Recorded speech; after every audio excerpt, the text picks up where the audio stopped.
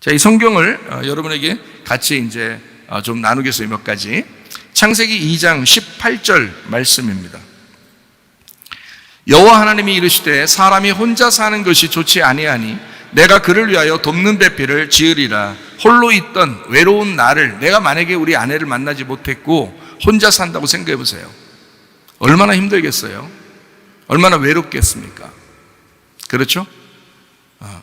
그런데 내가 이렇게 외로운 나를 구제해 준 것이 누구예요? 내 아내예요.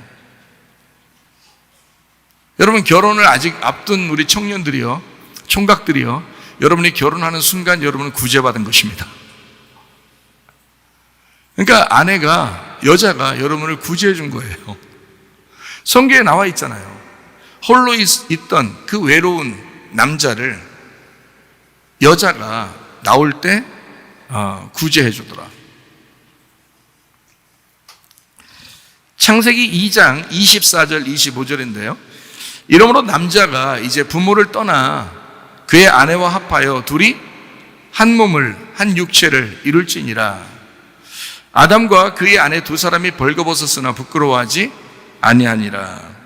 다시 말해, 어머니의 품을 떠나, 어머니가 날 낳으셨지만 이제 어머니와 함께 평생을 살 수 없는 거예요. 장성하니까 그 품을 떠나는 거죠. 그러니까 그 품을 떠났는데 만약에 그 엄마가 너는 내 아들이야, 그러니까 네 아내보다 나한테 더 신경 써, 이런 식으로 우리 어머니는 안 그러셔요. 뭘 해도 아내와 같이 하라 그래요. 저보고. 내가 만약에 뭐 맛있는 거 먹어야 되겠다 생각하면 어머니가 아내하고 같이 가라고 그렇게 해요. 어딜 간다 그러면 꼭 사모님하고 같이 가라 그래요. 만약에 내가 영화표가 있어서 영화를 보여드린다고 이렇게 영화 보여드릴까요? 사모님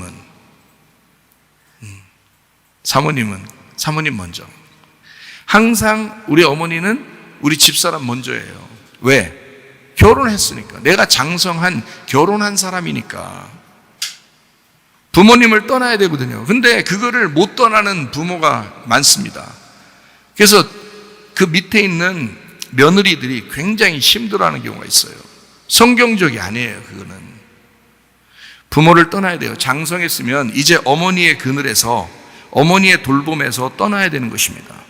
아쉬워도 떠나보내고, 그리고 한 여자를 만나게 해서 결혼을 하게 만드는 거야. 한 아내의 남편이 되도록 만들어내는 거죠. 그게 창세기 2장 24, 25절의 말씀이에요. 처음부터 하나님은 그렇게 약속을 했다고요.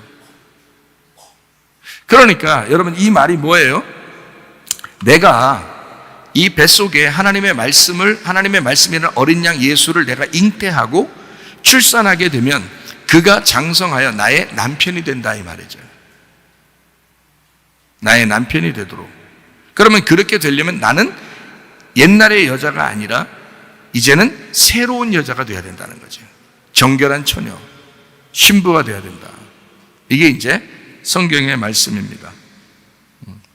그러니까 항상 모든 남자들은 두 명의 여자를 통해서, 두 명의 어머니를 통해서 이 세상에서 살아간다. 한 명은 나를 태어나게 하신 어머니요, 한 명은 나를 돌보고 나를 섬기고 지켜주고 보호해주는 그런 어머니다.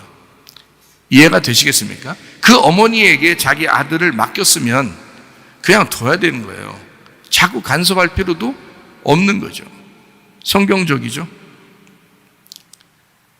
야, 우리 부모가 모일 거니까 니네 맨날 와. 너 맨날 와요. 힘들게. 자기도 며느리였었으면서. 자기도 며느리였었을 때 힘들었잖아. 피곤했잖아요. 그 억지로 했잖아요. 요즘 애들은 더 젊으니까 더 자유롭게 해줘야죠.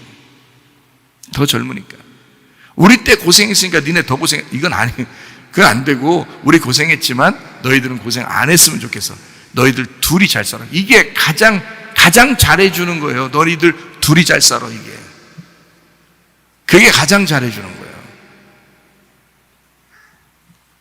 안 돼, 나부터 먼저 챙겨야 돼. 이러면 꼬장입니다. 큰일 나는 거예요.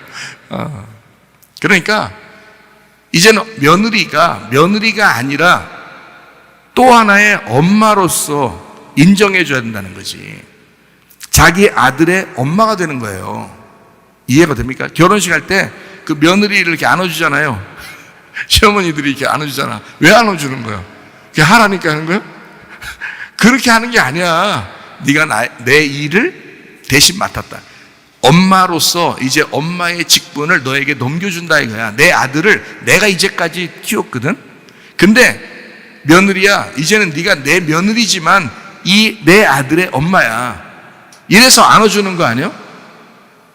저만 그렇게 생각했나? 뭐도 모르고 그냥 막 안아주고 그냥 결혼하라니까 순서대로 한 거 그런 거예요? 안 돼.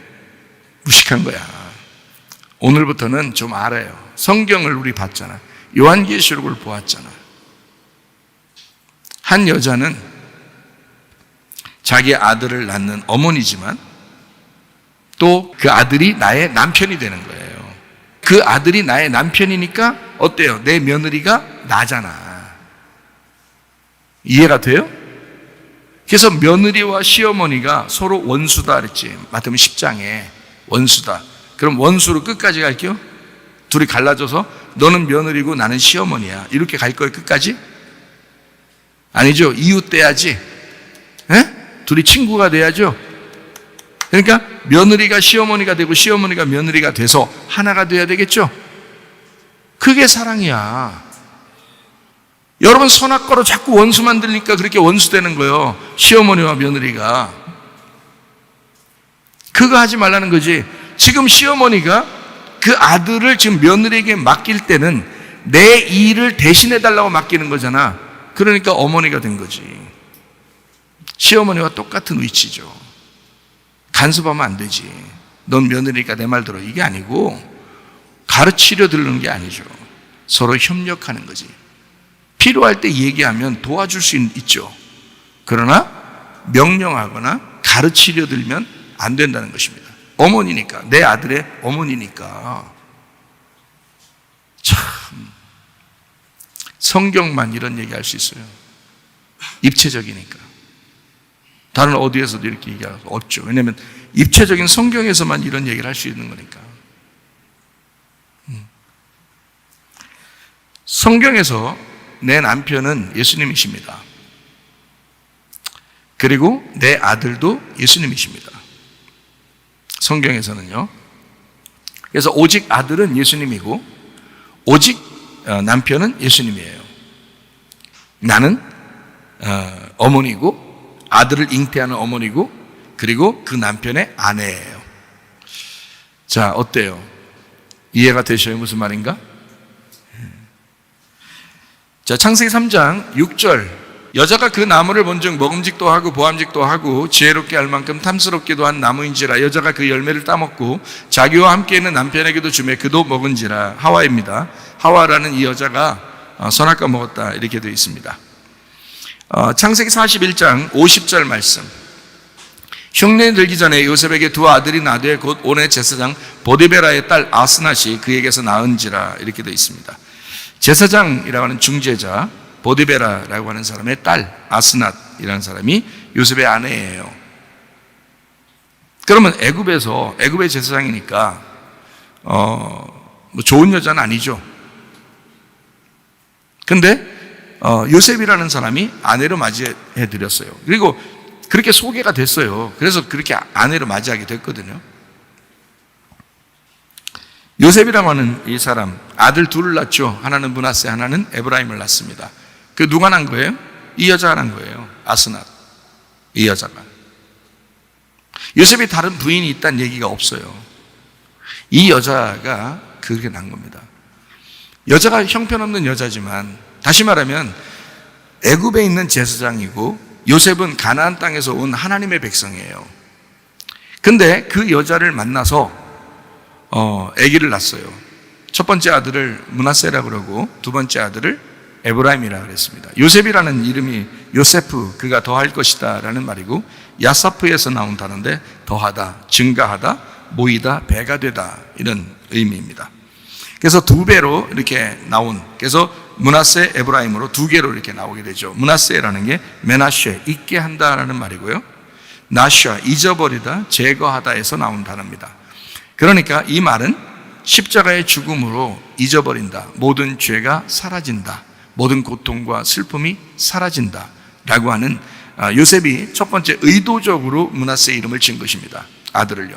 자기가 슬펐잖아요. 진짜 감옥에도 갇히고 죽을 뻔하다 살아나고 진짜 죽음 가운데서 온 사람이에요. 그 모든 것을 잊어버리고 자기를 이제 팔았던 그 형들의 모든 죄도 다 잊어버리는, 예수님도 우리를 위해서 십자가 지시면서 모든 죄를 다 제거하시고 다 이루시고 다 없애버렸죠. 그렇게 하고 난 다음에 에브라임이라는 아들을 낳아요. 이 에브라임이 에프라임, 2배의 과일입니다. 2배의 과일, 에프라트에서 왔어요. 열매를 많이 맺는다 해서 왔습니다. 그러니까 므낫세와 에브라임을 통해서 이 요셉은 두 아들을 통해서 하나는 죽음을, 하나는 부활을 의미한 것입니다. 그러니까 요한복음 1장 14절 말씀이 육신이 돼서 우리 가운데 거하시며 우리가 그의 영광을 보니 아버지의 독생자의 영광이요 은혜와 진리가 충만하더라. 말씀이 육신이 돼서 왔어요. 왜요? 죽으러요. 예수님이 죽으러. 그러면 이 말씀이 어떻게 돼요? 부활하죠. 그게 요셉이라고요. 그러니까 요셉이 말씀이 육신이 돼서 이 땅에 오신 예수님을 그대로 반영해서 나오는 말씀이에요. 그러니까 예수님의 아버지가 누가 돼야 되겠어요? 요셉이 돼야 되는 거야. 왜냐하면 요셉이 아들 둘을 낳죠. 죽음과 부활을. 그죠? 말씀이 육신이 돼서 오신 예수님의 아버지는 요셉이 돼야 되는 거지. 그래서 아버지 이름이 요셉인 거예요.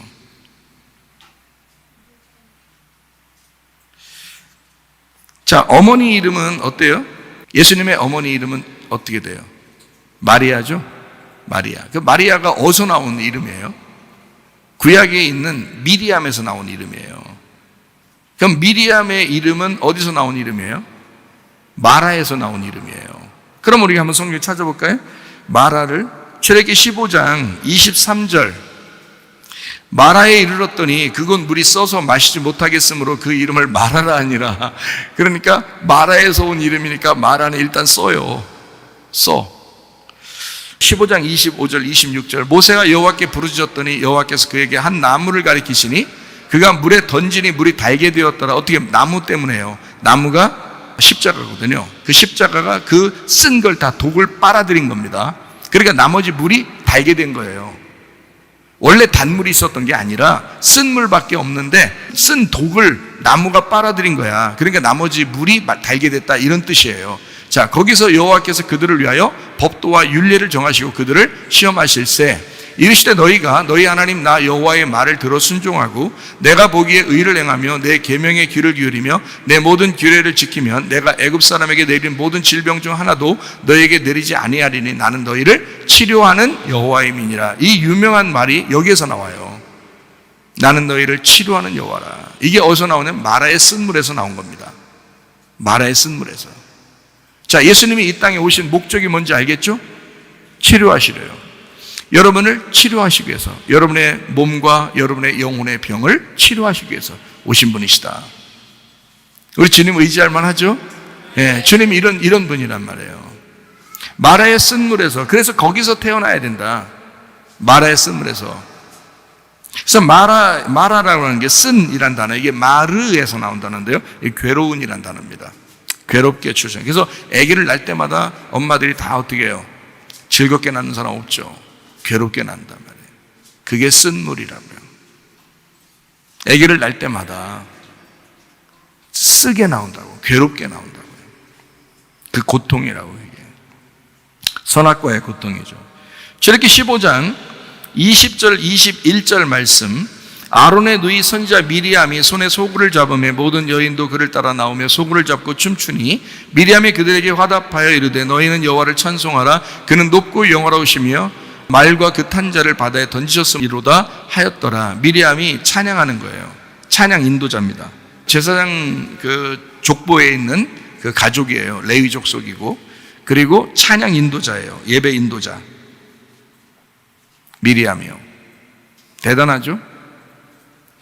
민수기 12장 1절을 봅니다. 모세가 구스 여자를 취하였더니 그 구스 여자를 취하였으므로 미리암과 아론이 모세를 비방하니라. 오호, 자, 민수기 12장 10절. 구름이 장막 위에서 떠나가고 미리암은 나병에 걸려 눈과 같더라. 아론이 미리암을 본 적 나병에 걸렸는지라. 자, 이 미리암은 제사장격의 예배 인도자였어요. 찬양 인도자. 그런데 모세를 비방하다가, 그러니까 말씀과 대적하다가 나병 걸렸어요. 여러분. 그러니까 이런 여자예요. 이런 여자. 자, 마리아라는 이름이 어디서 왔다고요? 미리암에서 왔다고. 그 미리암이 어디서 왔다고? 마라에서 왔다고. 다 좋은 이름이에요? 나쁜 이름이에요? 나쁜 이름이에요. 여러분. 이 세상에 있는 나쁜 이름과 같은 나. 근데 그 안에 예수가 잉태된다는 거지. 나라는 육체 안에, 나라는 진흙 안에 생기가 들어간다는 거지. 나라는 육체 안에 말씀이 들어온다는 거지. 그럼 우리는 사는 것입니다. 이해가 되시겠어요? 네. 놀라운 진리의 말씀이죠. 마태복음 1장 19절 봅니다. 그의 남편 요셉은 의로운 사람이라 그를 드러내지 아니하고 가만히 끊고자 하여. 더 나빠. 가만히 끊고자 해요. 대놓고 끊고자 하여 이것도 아니고 가만히 끊고자 하여. 더 나빠. 자, 요셉이에요. 그러니까 예수님의 아버지가 요셉이라는 거 분명히 아시겠죠? 요셉입니다. 자, 23절. 보라, 처녀가 잉태하여 아들을 낳을 것이요 그의 이름은 임마누엘이라 하리라 하셨으니 이를 번역한즉 하나님이 우리와 함께 하시다. 거기 처녀가 잉태하여 아들을 낳는다라고 되어 있습니다. 마태복음 1장 25절 말씀. 아들을 낳기까지 동침하지 아니하더니 낳음의 이름을 예수라 하니라. 자, 처녀라고 하는 그 처녀가 이사야 7장 14절에 나와 있는 처녀거든요. 그러므로 주께서 친히 징조를 너희에게 주실 것이라. 보라, 처녀가 잉태하여 아들을 낳을 것이요 그의 이름을 임마누엘이라 하라. 여기 처녀가 그 처녀예요. 여기 처녀가, 그러니까 예언된 처녀가 그 처녀 마리아예요. 그렇죠? 근데 여기 처녀가 이사야 7장 14절에 있는 이 처녀는 알마라는 단어거든요. 이 알마라는 단어가 어떤 단어냐면 베일을 쓰는 이란 단어고 남의 눈에 띄지 않는 처녀예요. 이게 에렘에서 왔어요. 에렘이라는 단어는 시야에 들지 않는 이란 단어입니다. 이게 아람에서 왔어요. 아람은 가리다, 숨기다, 눈 먼 이런 뜻입니다. 세상 남편이 있지만 숨겨진. 그러니까 요셉이 있지만 요셉하고 상관없이 마리아가 아들을 낳았죠. 성령님에 의해서. 그러니까 요셉이 있지만, 그러니까 남편이 있지만 감추어진 여자. 그러니까 결국에는 성경적으로 보면 마리아가 예수님을 낳을 수밖에 없었던 거예요. 왜냐하면 자, 마리아, 미리암, 마라에서 왔죠. 그리고 남편이 하나 있었는데 마라라는 죄인에게서 나와야 되니까. 그래야 십자가가 던져지니까. 이해가 돼요? 그래서 마라, 미리암, 마리아에 있는 그 여자를 고른 거죠. 마리아라는 이름이 얼마나 많았겠어요. 그리고 예수님이라는 그 메시아를 잉태하고 싶어서 기다리던 사람이 그때 당시에도 수십 명 있었다고 그래요. 그 당시에. 아, 이때쯤 되면 메시아가 나오지 않을까? 그러면 그 처녀에게서 잉태해야 되니까 뭐 어떤 사람은 결혼도 안 하고 막 기다리던 사람도 있고 어떤 사람은 결혼하고도 기다리는 사람들이 있었단 말이에요. 자기 뱃속에 메시아가 오지 않을까 해서. 근데 마리아가 선택된 거예요. 마리아. 그러니까 하나님은 일부러 그 마리아를 선택한 거죠. 어떤 사람? 남편이 있으면서 그럼에도 불구하고 감추어진 그 여자를 선택을 한 거죠. 우리 그 처녀라고 하는 이 단어가 원래 구약에서 알마라고 할 때는 남편이 있는 처녀거든요. 그런데 에스더서 2장 3절에 보니까 전국 각 지방의 관리를 명령하여 아리따운 처녀를 다 도성 수산으로 모아 후궁으로 들여 궁녀를 주관하는 내시의 해계의 손에 맡겨 그 몸을 정결하게 하는 물품을 주게 하시고 할 때 거기 아리따운 처녀를 구할 때 그 에스더가 나왔죠. 그죠? 예, 그 처녀는 베툴라라는 처녀예요. 그게 정결한 처녀입니다. 신부예요. 분리된 신부를 말할 때 베툴라라고 써요. 그러니까 이사야 7장 14절에 나와 있는 보라 처녀가 잉태하여 아들을 낳을 것이요 할 때 그 예수님을 낳을 것이요 하는 것은 진짜 순수하고 깨끗하다라고 해서 쓴 게 아니란 말이에요. 남편이 있어야 하고 그 남편이 있어야 되는 그 여자가 대신 감추어져 있어야 된다, 이런 얘기예요. 베일에 쓴, 사람들이 모르는, 그러니까 사람들이 상상하지도 못하는 여자가 나오는 거죠. 그게 마리아예요. 그러니까 여러분의 구원받는 게, 여러분 속에 하나님의 아들이 잉태되는 게 상상이나 어디 할 수 있겠습니까? 여러분 같은 사람한테 하나님의 아들이 잉태된다면 그게 상상이나 할 일이냐고요. 상상할 수 없는 일이 벌어진 거예요. 이 마리아가, 요셉과 마리아가 예수님을 낳게 됩니다. 그리고 이 예수님이 십자가에 죽으시죠. 십자가를 죽으시고 다시 부활하셔요. 그리고서 그 예수님이 주님과 그리스도가 되는 것입니다. 자, 봐요. 마리아도 포함해서 모두 다 구원을 받아야 되니까, 마리아가 아기를 잉태했다고 해서, 예수님을 태어나게 했다고 해서, 예수님의 어머니가 됐다고 해서 그냥 자동적으로 구원받는 게 아니에요. 예수님이 죽으시면서 그 여자도 구원을 받아야 되는 거예요. 누가복음 2장 35절 말씀, 또 칼이 네 마음을 찌르듯 하리니 이는 여러 사람의 마음의 생각을 드러내려 함이니라 하더라. 자, 누구한테 한 얘기냐면 마리아한테 한 얘기예요. 마리아한테. 네 가슴 찢어질 거야. 너 네 마음 찢어질 거야. 누구 때문에요? 그 아들 때문에. 네 아들 때문에 네 가슴이 찢어질 거야. 실제로 이런 일이 있었죠. 실제로 이런 일이 있어요. 찢어진 가슴을 안고 살아가고 있는 이 마리아의 진짜 남편이 되기 위해서 예수님께서 십자가를 지시는 겁니다. 잘 생각해봐요. 이 마리아는 예수님을 잉태했습니다. 그리고 출산하고 이 아이를 키웠습니다. 그런데 결국 십자가의 그 죽으심 아래서 그 여자가 드디어 그 아들의 아내가 되는 거죠. 예수님이 남편이 되시는 겁니다. 참 놀라운 일이죠. 요한복음 19장 25절, 예수의 십자가 곁에는 그의 어머니와 이모와 글로바의 아내 마리아와 막달라 마리아가 손을, 이 마리아가 참 많아요. 이름이 마리아가 원래 이름이 많아요. 그렇단 마리아. 요한복음 19장 27절 말씀, 또 그 제자에게 이르시되 보라 내 어머니라 하신대 그때부터 그 제자가 자기 집에 모시니라, 이랬습니다. 제자 요한과 그 어머니를 연결시켜 주는 것입니다. 그죠? 너의 어머니야, 이러죠. 너의 어머니야. 요한이라고 하는 사람은 예수님의 제자예요.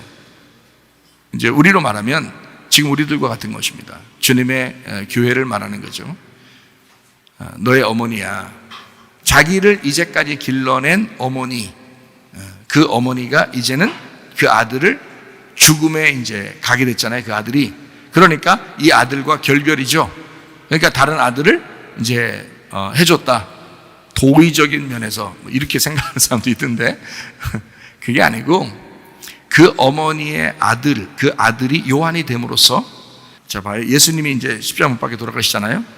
그 아들의 교회가 요한인 거예요. 그러니까 그 교회를 어머니에게 맡기고 어머니를 교회가 맡도록 한 거예요. 그게 언약의 말씀의 관계입니다. 교회는 언약의 말씀을 맡았고 언약의 말씀은 교회를 보호하는 거예요. 이렇게 맡겼단 말이에요. 예수님이 십자가 못 박혀 돌아가시면서 어머니와 그 아들을 다시 연결해 줍니다. 예수님은 뭐 됩니까? 예수님은 그때부터 이제 뭐가 될 거니까? 남편이 될 거니까. 참 이상한 얘기들이죠.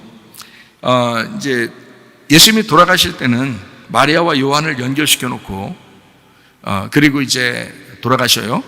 그래서 20장 16, 17절에 보니까 예수님 부활하시고 첫 번째 만난 사람이 또 마리아예요. 마리아. 그러니까 이상하죠, 그죠? 자, 태어날 때도 마리아, 죽을 때도 마리아, 부활할 때도 마리아예요. 성경은 이상하게 되어 있죠, 그죠? 이상한 게 아니라 마리아가 우리면서 나이면서 내가 아들을 잉태하고 출산하면서 그 아이를 길러내고 그 아이의 아내가 되도록 만들어 놓는 거예요. 그게 마리아라는 비밀입니다. 요한복음 20장 16, 17절에 예수께서 마리아야 하시거늘 마리아가 돌이켜 히브리 말로 라보니 하니 이는 선생님이라는 말이라. 예수께서 이르시되 나를 붙들지 마라, 붙들어 놓지 마라. 여기다가 내가 아직 아버지께로 올라가지 아니하노라. 너는 내 형제들에게 가서 이르되 내가 내 아버지 곧 너희 아버지, 내 하나님 곧 너희들의 하나님에게로 올라간다 하라. 어떻게 됐다는 얘기예요? 서로 하나가 됐다는 얘기예요. 제자들과 그 마리아와 예수님이 하나가 됐다는 얘기예요. 내 아버지 너희들의 아버지, 내 하나님 너희들의 하나님에게 올라간다 하라. 영으로 하나가 됐다는 얘기예요. 요한계시록 21장 2절 말씀, 또 내가 보매 거룩한 성소의 예루살렘이 하나님께로부터 하늘에서 내려오니 그 준비한 것이 신부가 남편을 위하여 단장한 것 같더라. 정결한 신부로 준비된다는 얘기죠. 21장 22절 23절 말씀, 성 안에서 내가 성전을 보지 못하였으니 이는 주 하나님 곧 전능하신 이와 및 어린 양이 그 성전이심이라. 그 성은 해나 달에 비침이 쓸데없으니 이는 하나님의 영광이 비치고 어린 양이 그 등불이 되심이라. 이 성 안에 성전이 있었다. 어린 양이 등불 되셨다. 등불이 꺼지면 어떻게 돼요? 어둠이죠. 어둠이 되면 음녀가 된단 말이에요. 그러면 바알 숭배를 하게 되는 것입니다. 예배가 바뀌는 거예요. 예배가 등불이 꺼지지 않았을 때의 예배와 등불이 꺼졌을 때의 예배는 간단하게 이 얘기예요. 등불이 꺼지지 않고 예배를 드리면 신부의 예배고요, 등불이 꺼지고서 예배를 드리면 음녀의 예배가 되는 것입니다. 무슨 말인지 알겠죠? 그러니까 등불 꺼지지 않는 성이 돼야 되겠죠. 물론 예수님은 등불이 꺼지지 않을 것입니다. 다시 말하면 등불이 꺼지지 않을 것이다, 등불이 계속돼서 영원히 꺼지지 않을 거야 라는 것은 절대 너희들을 포기하지 않을 거야. 왜냐하면 내가 너희의 남편이니까, 내가 너희의 아들이고, 내가 너의 남편이고, 내가 너의 주인이니까. 주님은 우리에게 등불이 되시겠다라는 얘기예요. 누가복음 11장 27절 28절 말씀입니다. 이 말씀을 하실 때에 무리 중에서 한 여자가 음성을 높여 이르되 당신을 뵌 태와 당신을 먹인 젖이 복이 있나이다 하니 예수께서 이르시되 오히려 하나님의 말씀을 듣고 지키는 자가 복이 있느니라 하시니라. 무슨 말이냐? 이 말이 하나님 말씀을 듣고 지키는 자가 복이 있다, 그냥 복 받았다 이런 얘기예요? 그런 얘기 아니에요. 잘 봐요. 여기 뭐라고 돼 있어요? 당신을 뵌 태와 당신을 먹인 젖이 복이 있나이다 그랬죠? 27절에. 그죠? 그랬더니 28절에 뭐라고 했다고요? 그거 아니야. 나를 직접 잉태하고 나를 출산하고 나에게 젖을 먹인 자가 마리아야. 근데 그 마리아가 중요한 게 아니고 이 말이에요. 그게 복이 아니고 뭐가 진짜 복이냐면 말씀을 듣고 지키는 자가 복이 있는 거야. 그러면 이 말씀을 듣고 지키는 자가 뭐 한다는 거예요? 말씀을 듣고 지키는 자가 복이 있어. 이 말은 이어서 써놨잖아요. 27절하고. 그 말은 무슨 뜻이냐고. 그러니까 말씀을 듣고 지키는 자가 아들을 잉태 출산하는 자야 라는 말이죠. 말씀을 듣고 지키는 자가 남편을 잉태하고 출산하는 자야. 다시 말하면 네가 언약의 말씀이 될 거야. 네가 말씀을 듣고 지키는 자가 언약의 말씀, 어린 양 되신 예수님의 어머니면서 어린 양 되신 예수님의 아내가 될 거야. 그러니까 복이라고 그러지. 당신을 직접 잉태하고 당신을 직접 출산하고 당신을 직접 젖을 먹인 자가 진짜 복받은 건데, 마리아 대단하다, 동정녀 마리아 하면서 이렇게 막 대단하게 여기지만 예수님은 그렇게 말하는 게 아니라고요. 그거 중요한 거 아니야. 그거 아니야. 진짜 복은 뭔지 알아? 말씀을 듣고 지키는 자가 내 어머니고 말씀을 듣고 지키는 자가 나의 아내인 거야. 그 말이에요. 그게 진짜 복이지. 무슨 말인지 알겠죠? 엄마는 아들을 낳습니다. 아내는 남편을 낳았습니다. 아들 예수님은 지금도 계속 우리가 낳아야 합니다. 남편 예수님은 지금도 계속 우리가 낳아야 합니다. 왜냐하면 말씀이니까. 내가 언약의 말씀이니까. 언약의 말씀은 그 아들을 계속 출산하는 거지. 그 아들을 계속 키워내는 거지. 그 말을 다른 말로 말하면 마태복음 25장 4절의 말씀, 슬기 있는 자들은 그릇에 기름을 담아 등과 함께 가져갔더니 등불 꺼뜨리지 않는 사람, 이 얘기예요. 등불 꺼뜨리지 않는 사람. 출애기 13장 22절 말씀, 낮에는 구름기둥 밤에는 불기둥 백성 앞에서 떠나지 아니하니라. 밤에는 불기둥이 떠나지 아니하니라. 사도행전 2장 3, 4절, 마치 불의 혀같이 갈라지는 것들이 그들에게 보여 각 사람 위에 하나씩 임하여 있더니 그들이 다 성령의 충만함을 받고 성령이 말하게 하심을 따라 다른 언어들로 말하기를 시작하니라. 성령 충만, 불의 혀같이 갈라져서 꺼지지 아니하는 불. 요한계시록 1장 20절 말씀, 네가 본 것은 내 오른손에 7별의 비밀과 또 7 금촛대라. 7별은 7 교회의 사자요 7 촛대는 7 교회니라. 7 등잔대가 뭐라고요? 교회라고요. 그럼 교회가 뭔데요? 언약의 말씀, 어머니라고요. 이해가 돼요? 그리고 교회가 뭔데요? 신부, 아내잖아요. 주님의 아내. 주님의 아내이면서 그 어머니잖아요. 이해가 되겠어요? 그 교회라고요. 7 등잔대, 곧 주님의 교회. 그 등잔대는 그냥 등잔대로서만 있으면 의미가 없어요. 그 위에 불이 켜져야 되는 것입니다.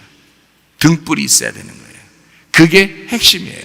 등잔대는. 다시 말하면 우리 교회는 하나님의 그 아들의 어머니, 그러니까 그 남편의 아내는, 그 아들의 어머니는, 그 남편의 아내는 등불이 계속 켜 있어야 된다는 거예요.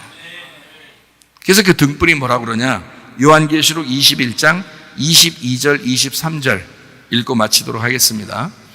성 안에서 내가 성전을 보지 못하였으니 이는 주 하나님 곧 전능하신 이와 및 어린 양이 그 성전이 되시는데 그 성은 해나 달의 비침이 쓸데없어. 왜냐하면 이는 하나님의 영광이 비치고 그의 어린 양이 뭐가 되기 때문에? 등불이 되기 때문에. 그러니까 그 등불과 등잔대는 남편과 아내이면서, 이해가 되겠어요? 하나님의 아들과 어머니의 역할이란 말이에요. 언약의 말씀을 맡아 살아가고 있는 여러분과 제가 그리스도 예수를 낳고 그리스도 예수가 나의 남편이 되어서 영원히 나의 주인으로 살게 하는, 그래서 이 등불이 계속 꺼지지 않도록 하는, 이 말씀이 계속 언약의 말씀으로 빛이 비춰지게 하는 삶을 살다가 주님 만나시기를 바랍니다. 우리 한번 기도하겠습니다. 기도할 때 우리 하나님 아버지, 내가 그의 말씀을, 주님의 말씀을 내가 잉태하게 하시고 출산하게 하시고 또 그 말씀의 아내가 되게 하셔서 진실로 그 말씀이 내 속에서 끊이지 않고 그 등불이 꺼지지 아니하고 계속해서 그 등불이 켜져서 살아갈 수 있는 주님의 사람으로 살다가 주님 만나게 해달라고 우리 한 목소리로 기도하겠습니다. 우리 하나님 아버지, 사랑과 은혜를 감사를 드립니다. 주님만이 영광 받아주시고 주님만이 감사를 받아 주시옵소서. 하나님 아버지, 우리 하나님 아버지, 우리의 아들이면서 또 우리의 남편이 되신 우리 주님과 함께 그 주님과 우리가 언약의 말씀으로서 아버지 주님과 동행하다가 주님 만나게 도와 주시옵소서. 치유자 되신 우리 주님 역사에 주옵소서. 마라와 같고 미리암과 같고 마리아와 같은 나를 위하여 하나님 내 남편이 되시고 내 아들이 되셔서 하나님 그대로 나와 함께 동행하신 우리 주님 치유자 하나님이시여 역사에 주시옵소서. 비염은 떠나갈지어다, 아토피 떠나갈지어다, 위장병 떠나갈지어다, 어지럼증 사라질지어다, 두통은 사라질지어다, 류마티스 관절은 떠나갈지어다, 어깨 통증 사라질지어다, 허리 디스크, 목 디스크 떠나갈지어다, 심장병 온전해질지어다, 각종 종양 암권이 떠나갈지어다, 감기 몸살 온전해질지어다, 협착증 사라질지어다, 건성피부 온전해질지어다, 이명은 사라질지어다, 장면을 질환 온전해질지어다, 식도염 사라질지어다, 유력의석 떠나갈지어다, 전일성 온전해질지어다, 우울증, 불면증, 환자의 트롬보다 초조 다 떠나갈지어다, 음란, 거짓, 도끼, 미움, 욕심은 다 떠나갈지어다. 정결한 신부가 되어 그리스도 한 분 되신 남편만 의지하며 살다가 주님 만나게 도와 주시옵소서. 예수님 귀하신 이름 받들어 기도 올리옵나이다.